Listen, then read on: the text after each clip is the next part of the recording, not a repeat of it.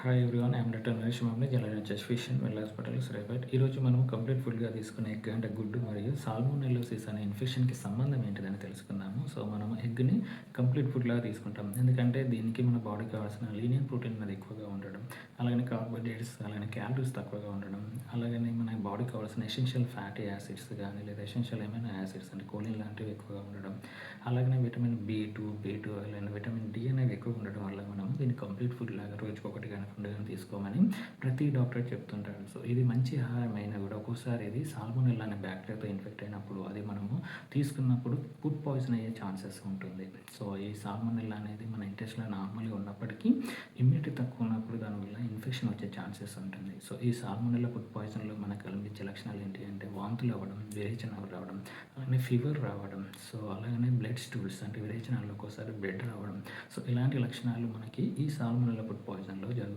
So ఎలాంటి సందర్భాల్లో ఈ సాల్మోనెల్లా బ్యాక్టీరియా ఇన్ఫెక్ట్ అవుతుందంటే, సో కొంతమంది ఈ ఎగ్స్ని డీప్ ఫ్రిడ్జ్లో పెట్టడం వల్ల, సో ఆ ఎగ్స్లో ఉండే వాటర్ కంటెంట్స్ ఫిల్ అవ్వడం వల్ల ఆ షెల్లో ఉండే చిన్న చిన్న క్రాక్స్ ఏర్పడడం, అలాగే రంధ్రాలు ఏర్పడడం, సో ఇవి మనకు కనిపించకపోవడం, సో వాటిని మనం సరిగ్గా ఉడకబెట్టకపోయినప్పుడు అవి తీసుకున్నప్పుడు మనకి ఫుడ్ పాయిజన్ అయ్యే ఛాన్సెస్ ఉంటుంది. సో కొంతమంది ఎగ్స్ని క్లీన్ చేస్తుంటారు. సో క్లీన్ చేయడం వల్ల కూడా ప్రొటెక్ట్ లేయర్ వెళ్ళిపోవడం, ఆ క్రాక్స్ నుండి కానీ లేదా పోర్స్ నుండి సాల్మోనెల్లా బ్యాక్టీరియా ఇన్ఫెక్ట్ అవ్వడం కూడా జరుగుతుంటుంది. సో అలాగనే ఈ బ్యాక్టీరియా అనేది మ్యాక్సిమం 4 డిగ్రీ సెల్సియస్ నుండి 6 డిగ్రీ సెల్సియస్ మధ్యలో ఎక్కువ గ్రోత్ అనేది ఉంటుంది.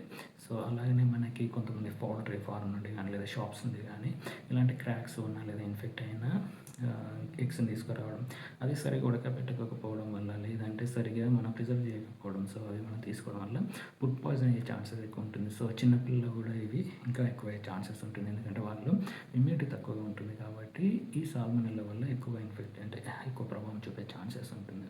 సో సాధారణంగా మనం ఇంకో విషయం చెప్పాలి. సో ఎక్కువగా మనం ఏదైనా ఫీవర్ వచ్చినప్పుడు ల్యాబ్ కానీ లేదా హాస్పిటల్స్కి వెళ్ళినప్పుడు వైరల్ టెస్ట్ అనేది చేస్తుంటారు. సో ఈ వైరల్ టెస్ట్ అనేది టైఫాయిడ్ ఫీవర్ కోసం చేస్తుంటారు. సో ఇండియన్ పాపులేషన్స్లో ప్రతి పర్సన్స్కి పాజిటివ్ అనే వస్తుంది, ఎందుకంటే ఇది మన బాడీలో నార్మల్గానే ఉంటుంది. సో కాబట్టి మనకి ఈ వైరల్ టెస్ట్ చేసినప్పుడు ఖచ్చితంగా అది పాజిటివ్ రాగానే వస్తుంది. కాబట్టి ఈ వైరల్ టెస్ట్ అనేది మన ఇండియన్ పాపులేషన్కి వ్యాలిడేట్ కాదు. సో దాన్ని వ్యాలిడ్ తీసుకోకండి. సో వైరల్ టెస్ట్ చేసుకోకపోవడమే బెటర్. సో మనకి టైఫాయిడ్ ఫీవర్ కానీ లేదా ఈ సాల్మోనెల్ స్పీసెస్ కానీ మనము స్టూల్స్ ఎగ్జామినేషన్ కానీ లేదా బ్లడ్ కల్చర్ అంటే కానీ మనము ఈ ఇన్ఫెక్షన్ ఉందా లేదా అని తెలుసుకుంటాం. సో కాబట్టి ప్రతి ఫీవర్ని మనము టైఫాయిడ్ ఫీవర్ లాగానే చూస్తుంటాం. కాబట్టి వైరల్ టెస్ట్ని మీరు వ్యాలిడేట్ చేసుకోకండి. సో దాన్ని మీరు పక్కన పెట్టేసుకోండి. అలాగనే మీరు ఎగ్స్ని తీసుకొచ్చినప్పుడు తగిన జాగ్రత్తలు తీసుకోవడం, అంటే వాటిని క్లీన్ చేయకుండా ఉండడం, అలాగే దాని మీద క్రాక్స్ కానీ లేదైనా పోర్స్ ఉన్నాయా లేదా అని చూసుకోవడం, అలాగనే వాటిని మనము అబోవ్ డిగ్రీ సెల్సియస్ వరకు మనము ఎగ్స్ని ఉడకబెట్టడం వల్ల మనకి సాల్మోనెల్లా బ్యాక్టీరియా చనిపోయే ఛాన్సెస్ ఉంటుంది. సో అలానే మనకి రా ఎగ్స్ని కానీ లేదా రా పౌడర్లో మనము టచ్ చేసినప్పుడు ఈ సాల్మోనెల్లోసిస్ మన చేతులకు వచ్చే ఛాన్స్ ఉంటుంది. కాబట్టి శుభ్రంగా కడుక్కోవడం ఎగ్స్ పట్టుకున్నప్పుడు కానీ. సో అలాగనే ఒక్కోసారి మనము ఆ పౌల్ట్రీలో పనిచేస్తున్నప్పుడు కానీ లేదంటే అక్కడ మనము ఉంటున్నప్పుడు ఎక్స్పోజ్ అయినప్పుడు కూడా మనకి సాల్మోనెల్లా బ్యాక్టీరియా ఇన్ఫెక్ట్ అయ్యే ఛాన్సెస్ ఉంటుంది. కాబట్టి మనం చేతులు కానీ కడుక్కోవడం, క్లీన్ చేసుకోవడం.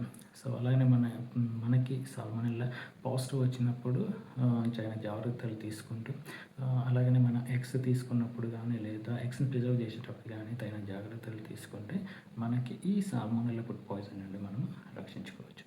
Stay safe. Thank you.